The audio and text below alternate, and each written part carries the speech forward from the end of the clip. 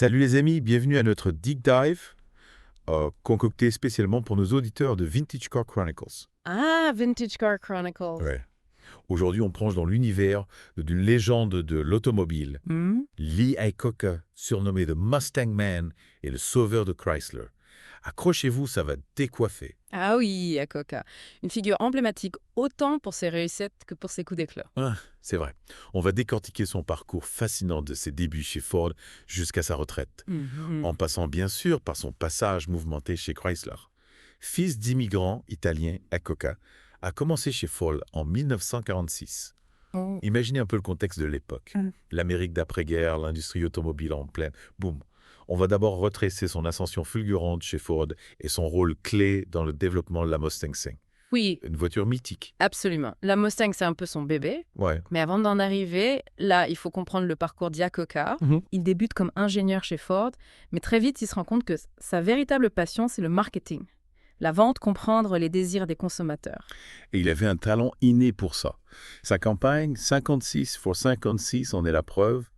Proposer des prêts pour des Ford 1956 avec seulement $56 de mensualité. Ah oui. C'était révolutionnaire pour l'époque. C'était du génie.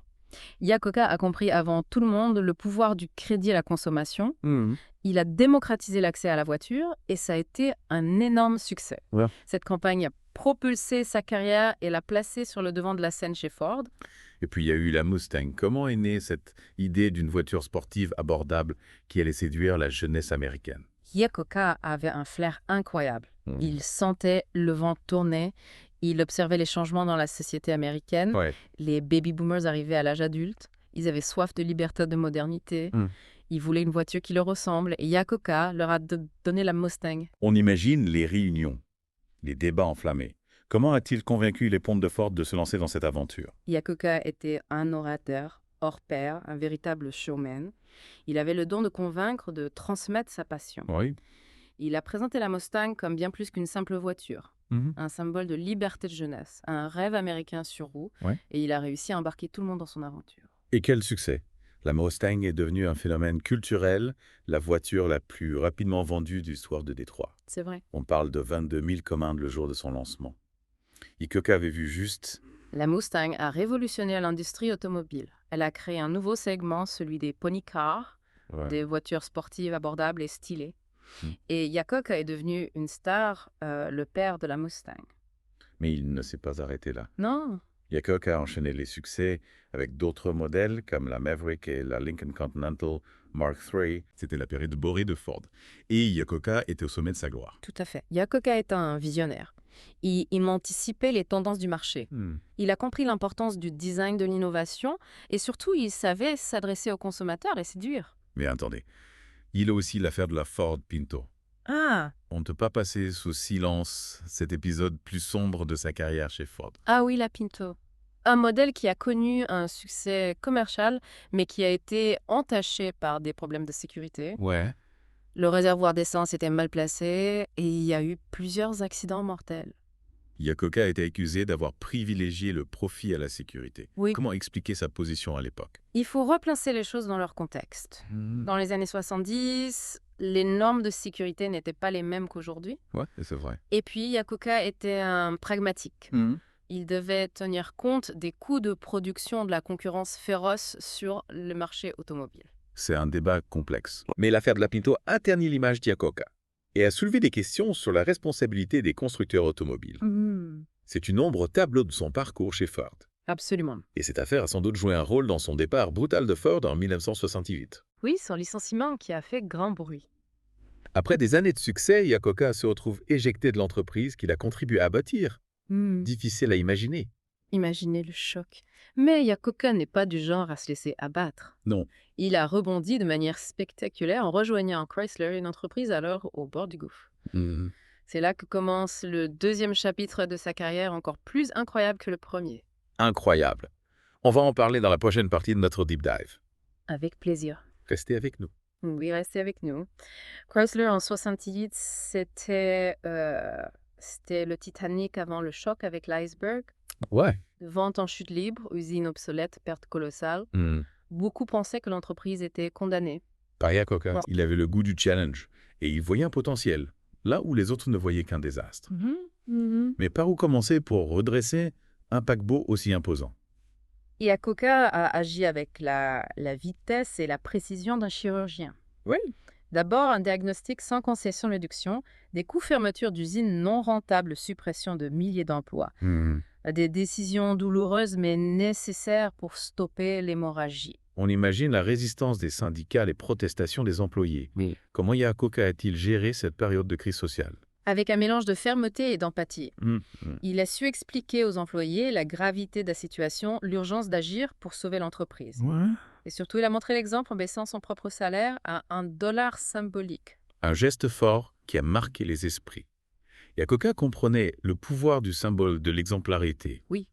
Mais ces mesures d'austérité ne suffisaient pas. Non. Chrysler avait besoin d'un miracle pour survivre. Et Iacocca a décidé d'aller le chercher ce miracle à Washington. Son idée, convaincre le gouvernement américain de garantir un prêt de 1,5 milliard de dollars à Chrysler. Ouais. Un pari risqué, une décision controversée qui a divisé l'opinion publique. Serein criait au scandale, dénonçait l'utilisation de l'argent public pour sauver une entreprise privée. D'autres saluaient le courage d'Iacocca, sa volonté de se battre pour sauver des milliers d'emplois. Oui. Comment a-t-il réussi à convaincre le Congrès et le président Carter? Avec son talent de persuasion, son charisme et une bonne dose de culot, Iacocca s'est présenté devant le Congrès avec un plan de redressement détaillé, réaliste et ambitieux. Il a plaidé la cause de Chrysler avec passion, conviction et une pointe de patriotisme. Ça marchait. Le prêt a été accordé, sauvant Chrysler de la faillite. Mais ce n'était que le début du combat. C'est ça. Iacocca avait maintenant la lourde tâche de tenir ses promesses, de redresser l'entreprise et de rembourser le prêt au gouvernement. Il s'est attelé à la tâche avec une énergie redoutable. Il a misé sur des modèles innovants économiques adaptés aux besoins des consommateurs américains. La K-Car, une petite berline fiable et abordable, et le minivan, un concept révolutionnaire qui allait conquérir le cœur des familles américaines. La K-Car, c'était la voiture de la raison, la réponse à la crise pétrolière. Oui. Le minivan, c'était la voiture du cœur, la solution idéale pour les familles nombreuses. Iacocca avait compris que pour réussir, il fallait proposer des voitures qui répondent aux aspirations des Américains. Exactement. Et il a su les promouvoir avec brio. Iacocca est devenu le visage de Chrysler, apparaissant dans les publicités télévisées, se portant garant de la qualité des produits. Sa célèbre phrase « If you can find a better car, buy it » est devenu un slogan iconique. Il a personnifié le renouveau de Chrysler. Il a incarné l'esprit de combativité de la Renaissance américaine. C'était un communicant hors pair, un leader charismatique qui a su fédérer ses troupes et rallier le public à sa cause. Et les résultats ont été au rendez-vous. Les ventes de Chrysler ont explosé, l'entreprise a renoué avec les profits. Ah ouais? Et Iacocca a pu rembourser le prêt au gouvernement avec plusieurs années d'avance. Incroyable. Aux victoires éclatantes qui a consacré Iacocca comme le sauveur de Chrysler. Une success story à l'américaine. Oui. Mais Iacocca n'était pas du genre à se reposer sur ses lauriers. Il a continué à innover, à prendre des risques et à agrandir l'empire Chrysler. En 1907, il réalise un coup de maître en rachetant American Motors et surtout sa marque phare. Jeep. Un pari audacieux qui va s'avérer payant. Jeep, c'était l'aventure, la liberté, l'esprit pionnier américain. Une marque mythique qui complétait parfaitement le portfolio de Chrysler. Iacocca avait le don de flairer les bonnes affaires. Et il a su exploiter le potentiel de Jeep. Sous sa direction, la marque a connu un nouvel essor avec le lancement de modèles iconiques comme le Jeep Grand Cherokee. Iacocca a quitté Chrysler en 1992, laissant derrière lui une entreprise florissante, une marque redynamisée et un héritage incontestable. Oui. Mais son histoire ne s'arrête pas là. Non.